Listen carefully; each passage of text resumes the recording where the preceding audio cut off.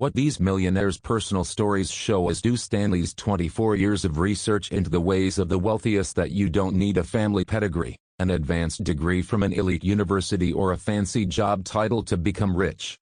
But if you put the following 7 rules into practice in your financial life, you'll be on the road to banking your first million. 1. Live below your means. Conspicuous consumption is the enemy of wealth accumulation. So the first thing a millionaire wannabe must do is get off the spending treadmill. Sure, outfitting your home and yourself sumptuously will let you look like you're living large, but it can prevent you from achieving financial independence.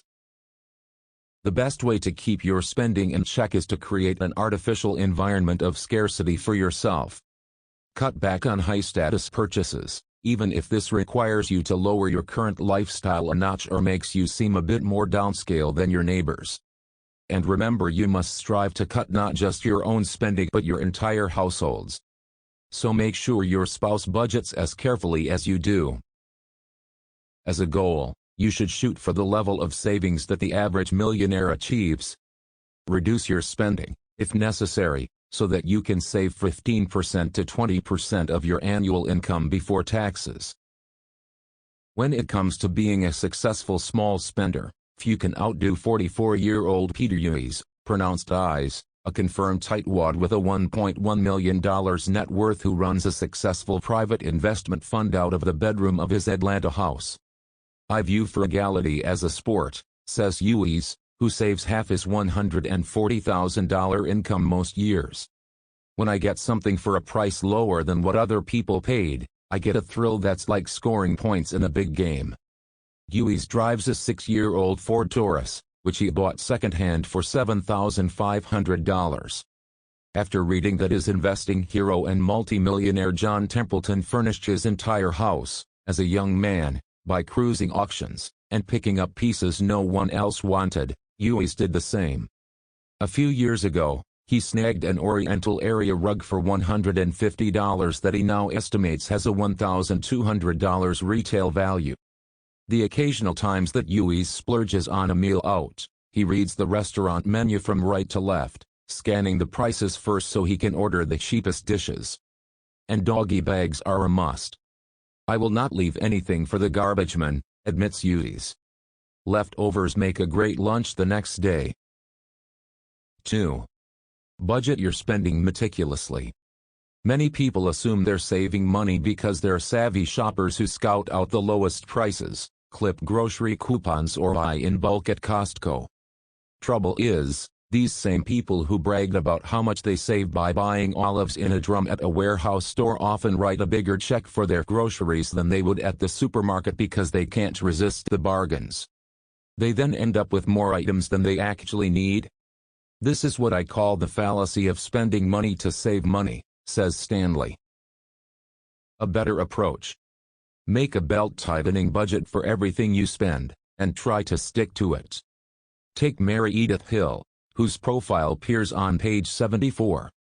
She knows that last year she spent $647 to heat her 4,300 square foot Boise, Idaho house, shelled out $2,000 on clothes for herself and her 2 teenage sons, and paid $578 for electricity and $83 for trash collection. Now, because she tracks virtually every cent of her spending with software that her friend Doug Fisher, an accountant, shown with Hill, introduced her to. The Peachtree accounting program opening parenthesis $119 for the Windows version, $99 for Mac. Hill relies on is designed primarily for business owners. But there are plenty of other inexpensive software budgeting programs at local computer stores such as Quicken opening parenthesis $39.95, and Smart Home Manager opening parenthesis $39.95, that can help you make a detailed budget, and then monitor your progress adhering to it. 3. Launch a disciplined saving and investing plan. Although Stanley says the median annual gross income of millionaires is a surprisingly low $131,000, members of this group are prodigious savers. For example, Ed Chin, 57, a self-made millionaire insurance salesman in Moraga, California puts away $10,000 a month for retirement. I don't plan to ever retire, though, he says. It's my rainy day fund. Most millionaires sock away at least 15% of their income before taxes, and many put aside 20% or more. They also tend to make their own investment decisions. Some 95% of millionaires own stocks, and most are confirmed buy and hold investors. A full 90% hold their shares longer than a year, nearly a third hang on to them for more than 6 years. Although millionaires devote considerable attention to their portfolios, they don't make it a full-time job. Stanley estimates that millionaires spend about 20 hours a month, roughly 5 hours a week, managing their present holdings and researching new investments. If you're still in a spending mindset, investing 15% of your income may seem daunting. But by starting with, say, 5% now and adding another percentage point each year, you can hit 10% in 5 years and work up to 15% in 10. More important than the amount of money you put away now is establishing the habit of regular investing that can lead to riches as your income grows. The simplest strategy. Set up a systematic investing program with a mutual fund that you like, so that the fund automatically siphons off a set amount each month from your bank checking or savings account. Alternatively, you could buy stocks directly from an estimated 300 companies through their so-called direct purchase program. Most of these firms don't charge fees. Those that do charge much less than the $36 to $50 commission you would pay at the typical discount brokerage. The majority will reinvest the dividends you receive in additional shares for free. You can also arrange with 200 companies to take money from your bank account at regular intervals to buy additional shares. For the names of companies that offer such plans, check out No Load Stocks, McGraw-Hill, $16.95, by Charles Carlson. Disciplined investing is what started Elizabeth Taylor, 55, a high school computer science instructor in Kettering, Ohio, and her husband Billy, 56, a retired teacher, on their march to a $1 million net worth. In 1972, they threw away their credit cards and began making deposits of $50 a month into a Merrill Lynch systematic investing plan that let them buy stock primarily in large companies. After Merrill closed the plan in the early 1980s, the couple began investing on their own, eventually stashing $300 monthly into stocks as well as equity and bond mutual funds. We always reinvested the dividends so we could take advantage of compounding, says Billy. That steady investing strategy, as well as savvy moves like investing $50,000 in NCR stock at $42 in 1991, just months before AT&T offered $110 a share for the company, has given the Taylors a portfolio of 29 blue-chip stocks, 5 equity funds, and 1 tax-free bond fund worth a total of $750,000 today. Our portfolio has gotten so big, says Billy, that I retired from teaching last year so I could manage it. 4. Take on debt sparingly. With credit card sponsors sending out 2.4 million separate offers for new cards each year and banks hawking home equity lines of credit like mad, it's easy to get sucked into today's got-to-have-it-now culture. The price of that attitude, the $70 billion in interest payments Americans make each year on their debt. But most millionaires, 66% of whom are debt-free, realize that every dollar you pay in interest is one less that you have to invest. That's a big reason why they generally buy far more modest houses than they can actually afford. Real estate agents will typically tell you today that you can safely afford to spend up to 3 times your annual income on a house, since the mortgage interest will provide a sizable tax deduction. But if you limit the amount you spend on housing to, say, twice your annual income, you could cut your monthly mortgage payment by 35%, freeing up cash that you can then tuck away in growth stocks or mutual funds. As for credit cards, the best advice is never carry a balance. That way, you won't be hit with onerous 17% or higher annual interest charges. Clifford Johnson, a 77-year-old former postal worker in Los Angeles who accumulated $5 million largely by scooping up 200 rental units at bargain prices following the 1965 Watts riots, feels so strongly about avoiding interest costs that he hasn't owned a bank credit card for decades. "I don't believe in making payments to other people," says landlord Johnson. "I believe in other people making payments to me." 5. Hire an astute, independent financial advisor. The millionaires interviewed by Stanley and Danko reported that their most trusted source of financial advice is not their stockbroker or financial planner but their accountant. They say this typical fee, $75 to $250 an hour, provides objective opinions on everything from clever tax strategies to investment planning. "My clients come to me for help managing the money they've made because they know I'm not going to try to sell them something," says Art Gifford, a partner with the Gifford Hillegas and Ingwerson accounting firm in Atlanta, which counts more than 300 millionaires among its clients. Since the majority of millionaires are self-employed, they typically retain a CPA to help them with both their personal finances and those of their business. If you don't run your own company, you may instead prefer to hire a fee-only financial planner. Typical cost, $75 to $200 an hour. Such a professional can assist you with a wide range of financial needs, ranging from making sure that your portfolio is properly diversified to assuring that you have a workable estate plan in place. And since a fee-only advisor receives no commissions for peddling products, the advice you get won't be tainted by a salesperson's inherent conflict of interest.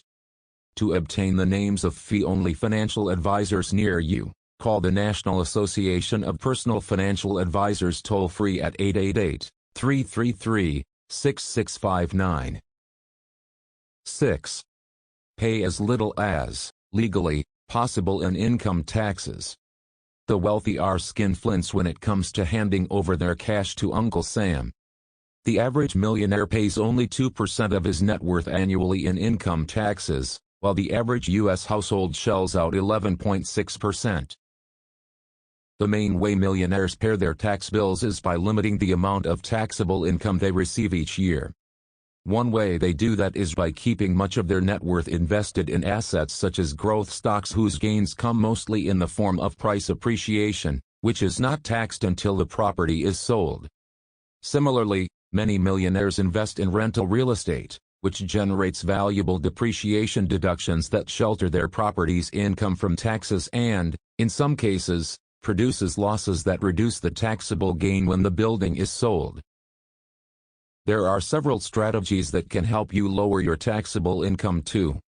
One easy way: max out on your contributions to tax-deferred retirement accounts such as 401(k)s, which reduce your taxable income, and also let you rack up gains that are not taxed until you draw money from your account, typically at retirement. An estimated 90% of large and medium-sized companies offer such plans, usually letting you contribute 6% of your gross salary, up to $9,500 a year. And here's an offer no self-respecting millionaire would refuse.